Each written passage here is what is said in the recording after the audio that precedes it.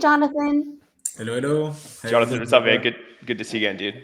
Yeah, good to see you, man. How are you doing?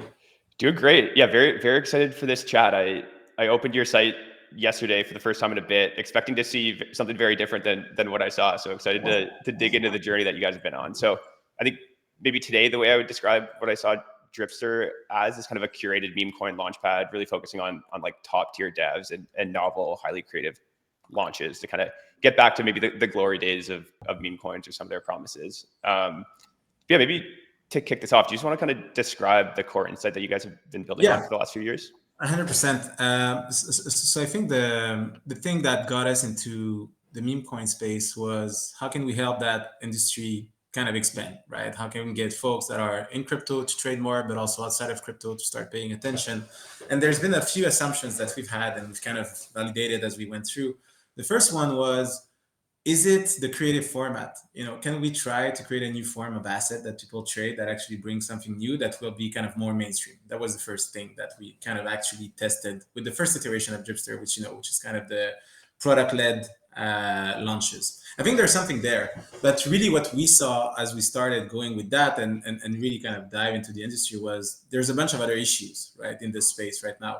And I think the biggest one from far is actually the issue of the ecosystem being very adversarial and toxic to some extent. And so it's not safe, right? If you ask somebody, and we've done that job. So as part of the job we were doing, I was talking to like all the biggest agencies you can think about, a lot of the biggest athletes, biggest creators. And the initial conception they had was, well, this space is full of scams, right? And people think that, right? That's the main thing. That's what I had to kind of argue and reassure as I was talking to NBA players, all the biggest agencies. I just saw that kind of big issue. And as we built out the early community of Dripster, what we've seen in the space was, people were trading on other platforms were getting a lot more salty because now the way to make money is not to, spot a narrative early and kind of help expand that narrative. It's to deploy 1,000 coin and dump on snipers, or to snipe 1,000 coins and then dump on early communities, or those are the ways in which kind of the ecosystem has evolved into a very kind of adversarial type of position. And being like right in the trenches, like living and breathing there, we just felt, all right, so perhaps we need to take a step back, address that part of the equation, and then we can kind of go back to the full-on mission, which is bringing way more people into it and try to expand the creative formats. So I think it's just, we started at the tip of the iceberg, and I think it exists. But as we moved on, we just saw, all right, maybe there's other pieces that needs to be solved kind of a little bit upstream of that. That's been really kind of the focus and some of the pieces of the puzzle we're putting together. Yeah, got it. Awesome. Do you want to describe how the product works today? Yeah. So it's very simple in that the launchpad mechanics, the bonding curve and then the graduation, all of that is very consistent across kind of the ecosystem. So I don't think there's any kind of big difference between any of the big platforms. The big differences across platforms today are in the type of launches they actually push, right? So what do you push? And so, for example, a platform like Believe, it's going to be more often than not startups that they're going to be trying to push, kind of the type of assets they push. If you compare Pump to Bunk, relatively speaking, it remains kind of the same format of meme coins, although Pumps has been doing kind of an expansion effort in streaming and different kind of creative format that they're pushing. But really the underlying is kind of relatively the same here. So our approach is, all right, we can't build a clean ecosystem if we allow anybody to launch anything all the time on the platform. So right now, there's kind of a 3-part sequence towards what we're doing. First, we're doing some of our own launches ourselves around creative ideas, things we think have like inherent virality, just to learn, right? Is this thing working? What's not working? How can we address it? Because we don't want people to be flocking into the ecosystem and have kind of a bad experience at the developer level. So that's kind of, you can almost see it as somewhat of a closed beta of the overall kind of product direction. Then we want to bring in new form of devs, new form of launches, but in a very kind of curated way. So we're going to select, folks that we feel are trustworthy or capable in the industry, and have them come on the launchpad to create like cool stuff. We have a lot of very cool ideas there. And then the last piece is going to be just to let the community kind of protect its own border. And so you can think about it as a sort of grading system where if you've interacted a certain way in the launchpad, then you have more weight into deciding what's going to be the next launch, how is it going to look, who's actually vetted to be launching. Because at the end of the day, a lot of the rhetoric I disagree strongly about is along the lines of traders are destroying the ecosystem in one way or another. I think traders are rational actors. Like they're going to do what they can to make money. That's what trading is about. And if you look at the stock market, you have the Fidelity of the world, which holds stuff for 10 years, but you also have the Citadel of this world and the Renaissance, and everybody can coexist and have different type of strategies. At the end of the day, traders are here to make money, right? And I think if you want to change some of the behaviors you see, you need to change the alpha and kind of the value generation optimal strategy that things have when they're actually launched. So anyway, that's overall kind of our positioning, trying to have launches that have a different curve and trying to get people to interact differently with them because of that. Are you able to share any exciting launches you have coming up? Yeah. Without going to details on who or like why it's interesting and why it's different, to give others some more kind of flavor. Okay, so one that's very cool that we've been working on with one of the big exchanges, which I'm going to share. I think you're going to get like the idea right away. So I don't know if you know that TikToker was very good at geo, like recognizing where a place is based on geo guessing or whatever. Yeah. So that person, which I don't want to kind of dive too much into, is very known for being extremely good at spotting places. And so one of the activations we are planning to do is have 20,000 physical coins hidden across the US in like the very poor and remote geographies and so forth, and have that person every day from his TikTok account sharing pictures of where that thing is. And those Bitcoins are going to be physical one, but they will hold like real Bitcoins inside of them. And one of the big exchange is going to be one of our partner in it, is basically doing this as kind of a way to onboard the world to I love that. and let people. So those are like the type of really positive, some creative type of launches where you're going to have that guy that has millions of followers, millions of impressions every single day, sharing with his community a way to make money. And we're going to have on our side an initiative that's going to onboard at least 20 new thousand person that would maybe never had the chance to have tokens like onto the ecosystem. And there's a lot of clever ways. Maybe one last, which I think is like super original again in spirit, is there's one launch we want to do that's called Rock Paration. And really what's that going to be is when you do an ICO, like a traditional ICO, people come in and they're going to deposit, whether SOL, ETH, or USDC, and they're going to receive your native token on the other side. So what we want to do is create a specific new form of ICO where people come in and they can only deposit coins that were ROGs. So lost like 95% in value. And then in exchange, they're going to have the other token coming into their hand. So really what you see there is you're consolidating pocket change. Everybody has pocket change in their wallet. Now, because you create that coordination initiative, everybody's going to be aligned behind the same ticker. And all these folks are already kind of traders. And there's just like a million, and there's just a million ways to be very creative with these launches. And that's why we're starting, because we think we can help people start to sit back and say, hey, this is speculation. Like, this is not a company, but it's also very cool. There's something inherently viral in that. And those are the type of things we're trying to kind of build a model for. It's kind of like financial entertainment. Yeah, right? I think adding a bit of skin in the game Yes. into this fun experience you're having on the internet is it's hard to compare with just scrolling. You get TikTok. it 100%. Yeah, very cool. So it's kind of like mischief style, right? If I understood it correctly. So you're planning on doing 2 drops a month. Yeah. It is. Actually, there were big inspirations for us in many ways. I think they're very cool. I actually think Mischief would have made so much more money if they had tokens tied to what they do. Dude, I agree. I've been waiting for either them to do it. I've been looking for the crypto under version the, of Mischief. it's under the big shoes if you just scan exactly. So yeah, but the overall vision I shared right now, like we need a bunch of pieces still. Like it's not there yet.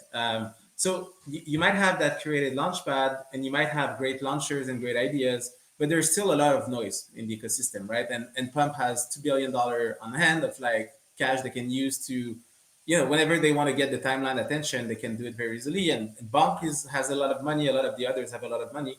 So as we build out that entire kind of maze of product development and kind of roadmap, another core piece where we're actually very focused right now is creating products that will drive attention towards the launchpad itself. Like tangible products with like real economic value. and we have two very strong ones that are kind of in development. Actually, we have our board with Winnie soon, so she's going to be learning about it very soon. But let's just do it now. Let's just have the board meeting right now. We should live stream the board meeting. Yeah, part of them. But I think the idea, what I want to kind of share is, right now we are in pure competition with the other launchpad to drive trading volume, and I don't think that's an easy spot to be in. Like, obviously not. Even though the industry makes so much money, so we've been doing well. Like, we're gonna end the month with way more revenues than we've ever had, so it's all great. But I think if you want to be able to compete against the other guys, you can't put yourself in a fully adversarial position to them. You need to be able to benefit from everybody's success, and those are some of the products we have. There's one I don't want to share, but there's another I can kind of give a glimpse into. Right now, something that's pretty big across the launchpads is what's called like vamping. So basically, ecosystem copying each other's coin and trying to attract like the volume for the same meme. It's very adversarial, and that's really been like the nature of the ecosystem so far. So one launchpad we want to create, it's kind of a derivatives product. So basically, you can launch a coin, any coin, and put as the pair that's needed to be trading against that coin any other memes you want. So you can create a sub-derivative of Uranus and create like derivative Uranus. There's three main advantages to that. The first one is snipers can snipe because they only have Sol in their wallet, and they need to know exactly what's the token you're going to launch as a base pair to be able to snipe. So you solve one big issue. The main point of entry goes to that existing community. And the second one is everybody's trading the new token needs to own the other one, so it supports the price action of the first one. And then the last one is you basically create leverage on leverage. So you start with that whole Uranus community that loves meme, loves meme coin. You create that sub-product that only benefits the ecosystem one because that's what goes in the pool. And then you give them the most easy path of entry against snipers. So that's, again, like very creative. But it's also something that we hope will bring more traders towards the overall kind of Dripster vision. And we have another one that I don't want to share because I'm too excited about it. And I just don't want people to kind of go faster than us. But those are some of the ideas. Yeah, how have your conversations been with maybe viral Web2 creators, or even just maybe devs within I imagine where you're most constrained is finding great people to come with novel ideas to come and launch coins. So curious how those conversations are going. There's like two main points, I'll say. The first one is you could almost get anybody for the right price, but it's expensive. And so until you've built the proper downstream distribution, where you have a lot of traders paying attention and you're going to be able to monetize that new launch, the kind of cost benefit analysis is not an obvious one. So that's why we're actually doing a lot of the things before trying to go to that kind of broader distribution path. How easily are you going to absorb like that base initial cost? And then the second one is a lot of the known Web2 creators won't be useful to you unless you spend time with them to create a proper hook, which is what we're doing now.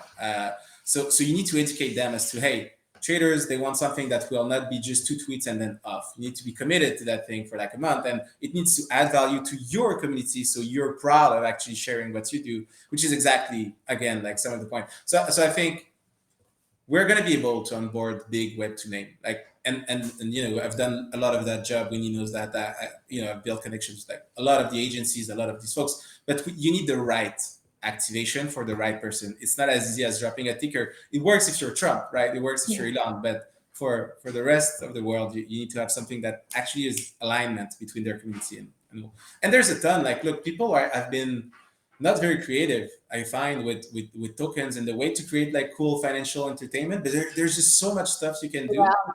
Earlier, Josh and I were talking about that. Is like, I feel like the V1 of meme coins proved, internet capital markets, right? But how can we kind of take what's working and make it more interesting and make it more creative, both for creators and for devs and for also like their fan bases or people who are excited about it. I agree. I fully agree.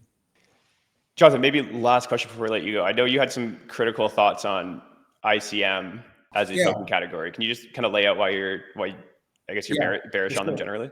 For sure. I think the reason why I take so much offense to like the overall like ICM movement is kind of the dishonesty of the entire thing. So ICM, internet capital markets, there's many ways to define it, right? So the way I'm speaking about it right now is startup launching tokens via a permissionless standardized launchpad, right? So that's how we characterize like ICM right now in the context of my like following comments. The big issues with that are like the following. The tokens that are launched, they don't have any economic rights. So they're not like any claim on future cash flows of the company, but also they're not protecting you if the company just creates a new product that's not tied to the launchpad's flywheel. They don't protect you if that contract is kind of updated with different flywheel terms. There's just like a million, and this is why I've drilled down in like the article. There's just a million like fallacy way of thinking around like this being any form of share of economics into what like the startup is building, which is fine. You just need to be aware, right? You can still speculate, like that's all good. My issue with this as well is, like the way these companies make money from the token is by people trading it. So you need trading volume to be able to kind of monetize the whole thing.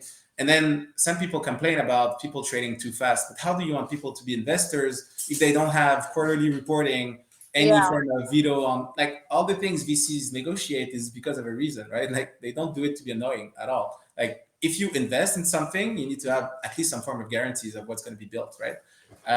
So anyway, yeah, it's kind of this dichotomy of their core value prop being economic alignment with the success of a project. And the only way to really do that is buy and burn with revenue, but also being an early stage project, you clearly need to have capital to reinvest to go take a big swing. So it's kind of stuck in this weird place.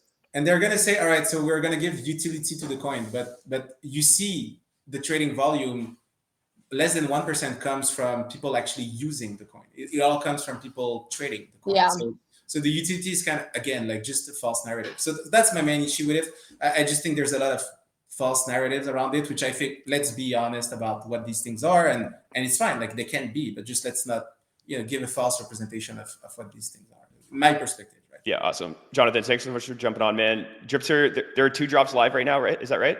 Yeah, I pump is kind of on. It's been doing a good amount of volume, which is good. And now we're focusing a lot on like the tooling piece. I'm actually sharing something today or tomorrow, so it's gonna be good. Very sick. So follow Dripster.fun, follow Jonathan, and stay tuned. I think you hinted at some fun stuff that's coming. So excited to see it. Thanks so much. Bye. Peace, man.